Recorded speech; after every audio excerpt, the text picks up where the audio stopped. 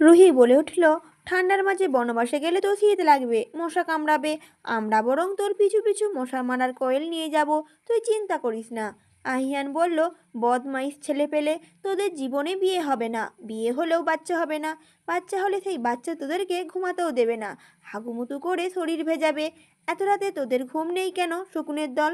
অয়ন বলল, এত বড় অভিশাপ দিস না ভাই, আমি এমনিতেও বউ খুঁজে পাচ্ছি না, এমন হলে করলার জুস খেয়ে সুইসাইড করতে হবে। আহিয়ান বলল, করলার জুস খেয়ে তুই মরবি না, তুই বিষ খা, বিষ। অয়ন বলল, বিষ আমি খেয়ে দেখেছি, মিষ্টি লাগে, এটা খেয়ে কেউ মরে না। আহিয়ান হতাশ হয়, এদের সাথে কথা বলা মানেই সময় নষ্ট করা। আহিয়ান বেচারা কপালে হাত চাপড়াচ্ছে, কত বড় সুযোগটা পেয়েছিল। সবাই মিলে ঠিক করেছে আজ সারাদিনটা না ঘুমিয়েই আড্ডা দেবে। এই জন্যই মূলত এত রাতে কোহিনূরকে নিতে এসেছে রুহি আর অয়ন। এক একজন এক এক রকমের কথা বলছে, বাকিরা সেই কথা শুনে হাসছে। আড্ডাটা বেশ জমেই উঠেছে, রাতটা হাসি মজা করে কেটে যায়।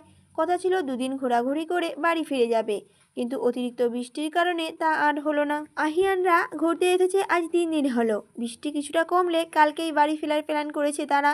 মিতু রুহিকে খুঁজিতে তার রুমে যায়, কিন্তু বিছানার উপর ছেলেদের কাপড় দেখে খুবই অবাক হয়। তাহলে কি সে ভুল রুমে চলে এসেছে? ঘুরে তাকাতেই মুখটা অটোমেটিক্যালি হাঁ হয়ে যায় মিতুর। অয়ন মাথা মুছতে মুছতে ওয়াশরুম থেকে বেরিয়েছে, পরনে শুধু একটা টাওয়াল ব্যতীত আর কিছুই নেই। অয়নের তখন চোখ পড়ে মিতুর দিকে, দুজনেই চিৎকার করে ওঠে। নাহিদ বাইরে ফোনে কথা বলছিল, রুহি সবেমাত্র তার রুম থেকে বেরিয়েছিল।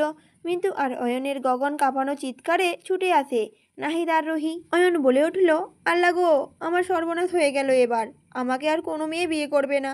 হায় আল্লাহ, এই মেয়ে আমার মান ইজ্জত সব শেষ করে দিল। মিতু বলল, ও মা, মনে হচ্ছে আপনি মেয়ে মানুষ আর আমি আপনার শ্লীলতাহানি করছি। এমন ভাব করার কি আছে, আমি কিছুই দেখিনি। অয়ন বলল, তুমি কি কিছু দেখতে চেয়েছিলে নাকি ভূতু? মিতু বলল, ছি, লাজ লজ্জা নেই, কী সব কথাবার্তা, আমাকে একদম ভূতু বলে ডাকবেন না। বলেই ভেংচি কেটে চলে গেল মিতু। যাওয়ার আগে নিজেই নিজেকে শখানেক বকুনি দিয়েছে। রোজি আর নাহিদ এসব দেখে খিলখিলিয়ে হাসছে। আজকে আর কেউ আড্ডা দেয়নি, যে যার মতো খেয়ে দিয়ে রুমে চলে এসেছে। এদিকে আনায়া নাহিদের সাথে ফোনে কথা বলেই যাচ্ছে। মিতু খুবই বিরক্ত হচ্ছে, কিছু বলতেও পারবে না। এই বুঝি সিঙ্গেলদের জ্বালা, নিজেরা প্রেম করবেও না, অন্যদের প্রেম দেখতেও পারবে না। কোহিনূরের নতুন বিয়ে হয়েছে, এখন ওকে বিরক্ত করবে না ভেবে আনাইয়ার সাথেই থেকে যায়। কোহিনূর কিছু ভাবছিল, হঠাৎ দরজার ঠক ঠক শব্দে ধ্যান ভাঙে তার। দেখতে পায় আহিয়ান এসেছে। আহিয়ানের পা থেকে মাথা পর্যন্ত একবার পরক করে কোহিনূর। ফর্সা শরীরে সাদা শার্ট, কালো জিন্স প্যান্ট, এলোমেলো চুল, কি সুন্দর লাগছে আহিয়ানকে। কোহিনূর যেন চোখ সরাতেই পারছে না। ছি, এভাবে দেখতে হয় নাকি? নিজেকেই নিজে বেধরম উপাধি ভূষিত করেছে আবার। আহিয়ানের হাতে একটা প্যাকেট, প্যাকেটটি এগিয়ে দিল কোহিনূরের দিকে। কোহিনূর কোনো প্রশ্ন ছাড়াই সেটা হাতে নিল। কোহিনূর বলল, কি আছে এতে? আহিয়ান বলে উঠল, খুলেই দেখ। প্যাকেটের ভিতরে একটা সুন্দর বক্স, তার মধ্যে রাখা ছোট্ট একটা ডায়মন্ড রিং, দেখে মনে হচ্ছে বেশ দামি। কোহিনূর অবাকের সহিত জিজ্ঞাসা করে, এটা আমার? আহিয়ান বলে উঠল, আমার কি আরও একটা বউ আছে যে তার জন্য নিয়ে আসবো? কোহিনূর বলল, আরও একটা বইয়ের দরকার নাকি? দরকার থাকলেও সেই স্বাদ আপনার কখনোই পূর্ণ হবে না। আহিয়ান বলল, একটা নিয়েই কত জ্বালাই আছি, আর একটা আনলে আমাকে পাবনার টিকিট কাটতে হবে।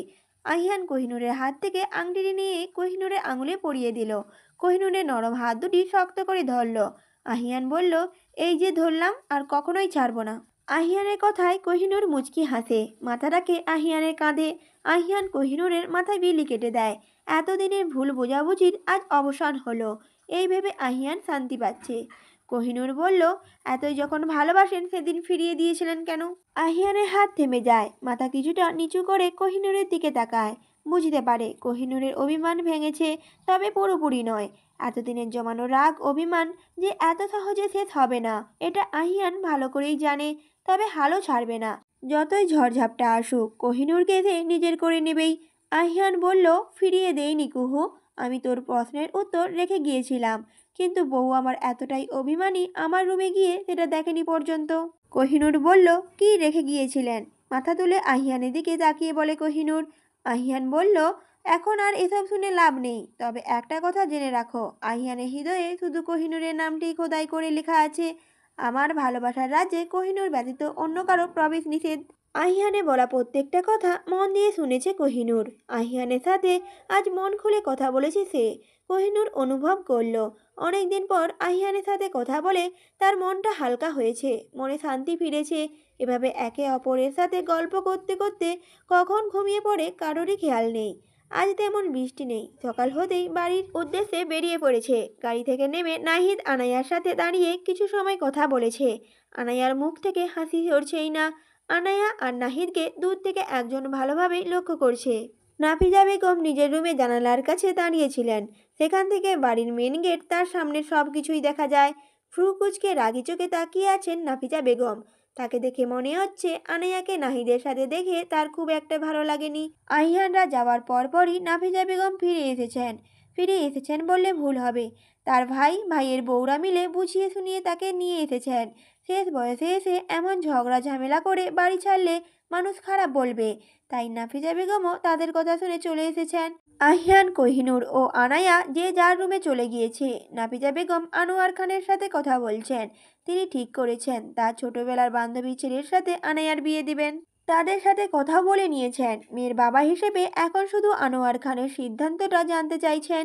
আনোয়ার খান বললেন, তুমি আমাকে না জানিয়ে তাদেরকে কথা দিলে কিভাবে নাফিজা? তোমার খামখেয়ালিপনার জন্য আগেও একবার আমার মেয়েটা কষ্ট পেয়েছে, দুইবার আমি এমন কিছুই হতে দেব না। নাফিজা বেগম বললেন, আগের বার বিয়েটা আমার জন্য ভাঙেনি, সেটা তুমি ভালো করেই জানো। যাদের জন্য আমার মেয়ের ক্ষতি হয়েছিল তাদেরকে তুমি ভালো করে তোয়াজ করে চলছো, এদিকে তুমি আমার কথা কানেই নিচ্ছ না। আনোয়ার খান বললেন, চুপ করো তুমি, সে আমার ভাইয়ের মেয়ে হয়, এখানে তার কোনো দোষ ছিল না। নাফিজা বেগম বললেন, আমি এত কিছু জানি না, জানতে চাইও না। ওই মেয়েকে আমি কখনোই আমার ছেলের বউ হিসেবে মানব না। আমার মেয়ের বিয়েতে যদি কেউ বাধা দেয় তাহলে খুব একটা ভালো হবে না, বলে দিচ্ছি। নাফিজা বেগমকে বোঝাতে পারবেন না, এই ভেবে আনোয়ার খান রুম থেকে বেরিয়ে যান। এদিকে নাফিজা বেগমের মাথায় কী চলছে বোঝা মুশকিল। আহিয়ান লন্ডনে যাওয়ার পূর্বে আনোয়ার খান তাকে শর্ত দিয়েছিলেন, তা এখন পূরণ করার সময় এসেছে। আহিয়ানদের ব্যবসার দিকটা তার বাবা চাচারাই সামলান। ইচ্ছে না থাকলেও তাদের পরে আহিয়ানকে ব্যবসার সব দায়িত্ব নিতে হবে। অফিসে আজকে আহিয়ানের প্রথম দিন, তাই সকাল সকাল রেডি হয়ে বাবা চাচাদের সাথে অফিসে চলে গিয়েছে। অফিসে ঢুকতেই সকল কর্মচারীরা শুভেচ্ছা জানিয়েছে আহিয়ানকে। সকলের সুন্দর ব্যবহার দেখে মুগ্ধ আহিয়ান। অফিসের প্রথম দিন হওয়ায় আজকে সারাদিন আহিয়ানে অনেক ব্যস্ততায় কেটেছে। তার কাজ দেখে আনোয়ার খান অনেক খুশি। তার এবার এই সব কাজের ঝামেলা থেকে বিদায় নেওয়ার সময় হয়ে গিয়েছে। 6টার দিকে বাসায় চলে এসেছে আহিয়ান। আসার সময় কোহিনূরের জন্য চকলেট আর ফুলের গাজরা আনতে ভুলেনি। কোহিনূর রুমে আসলে দেখতে পায় বিছানার উপর একটা চিরকুট রাখা, সাথে চকলেট আর ফুলের গাজরা। মুহূর্তের মুখে হাসি ফুটে ওঠে। এই কয়দিনে আহিয়ানের সাথে তার সম্পর্কটা আগের থেকে অনেকটাই ভালো হয়ে গিয়েছে। চিরকুটটি মেলে কোহিনূর। আহিয়ান তাদের লিখেছে, তোমার চোখের চাউনি, তোমার নীরব হাসি, সব কিছুই আমার পৃথিবী নতুন করে সাজায়। প্রতিটি মুহূর্তে আমি তোমাকে অনুভব করি, আমার হৃদয় হরণী। কোহিনূরের চোখে মুখে খুশির ঝিলিক ফুটে ওঠে। চিরকুটটি হাতে নিয়ে দাঁড়িয়ে আছে। যত দিন যাচ্ছে কোহিনূর অনুভব করতে পারছে আহিয়ানের প্রতি তার ভালোবাসাটা আরও গভীর হচ্ছে। আহিয়ান ওয়াশরুম থেকে বেরিয়ে কোহিনূরকে দাঁড়িয়ে থাকতে দেখে পেছন থেকে গিয়ে জড়িয়ে ধরে। কোহিনূর ফিরে তাকায়, ফুলের গাজরাটা আহিয়ানের সামনে ধরে, তার হাতটি বাড়িয়ে দেয়। আহিয়ান সেটা কোহিনূরের হাতে পরিয়ে দেয়। কোহিনূরের সুন্দর হাতের গম্ভীর চুম্বন এঁকে দেয় আহিয়ান। আহিয়ানের ঠোঁটে উষ্ণ ছোঁয়ায় কেঁপে ওঠে কোহিনূর। লজ্জায় চোখ বন্ধ করে নেয়। কোহিনূরের এই অবস্থা দেখে আহিয়ান নীরবে হাসে।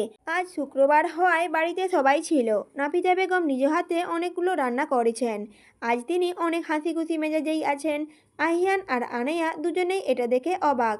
তাদের মায়ের মুখে হাসি মঙ্গল গ্রহে পানি সন্ধান পাওয়ার মতো। দুই ভাই বোন একটু পরপর একজন আরেকজনের দিকে তাকাচ্ছে। কাহিনীটা আসলে কি বোঝার চেষ্টা করছে দুজনেই। আহিয়ান বলে উঠল, আচ্ছা আম্মু, তুমি আবার আমার জন্য বউ নিয়ে আসার কথা ভাবছো নাকি? ভুলেও এটা করতে যেও না। তুমি আমার বউয়ের পিছনে লাগলে আমি আব্বুকে আবার বিয়ে করাবো। ছেলের কথা শুনে রেগে গেলেন নাফিজা বেগম। ভ্রু কুঁচকে তাকালেন আহিয়ানের দিকে। নাফিজা বেগম বললেন, আমার খেয়ে দিয়ে কাজ নেই, তোমার বউয়ের পিছনে লাগতে যাব? তোমাকে একটা কথা বলে রাখছি, নিজে যা ইচ্ছে হয়েছে করেছো। আনায়ার ব্যাপারে সব সিদ্ধান্ত আমি নেব, বাধা দিতে আসবে না। আনায়া পানি খাচ্ছিল। মায়ের কথায় নাকে মুখে উঠে যায় পানি, কাঁদতে শুরু করে। আনায়া ভাবছে, মায়ের এত খুশির কারণ কি তাহলে আমি?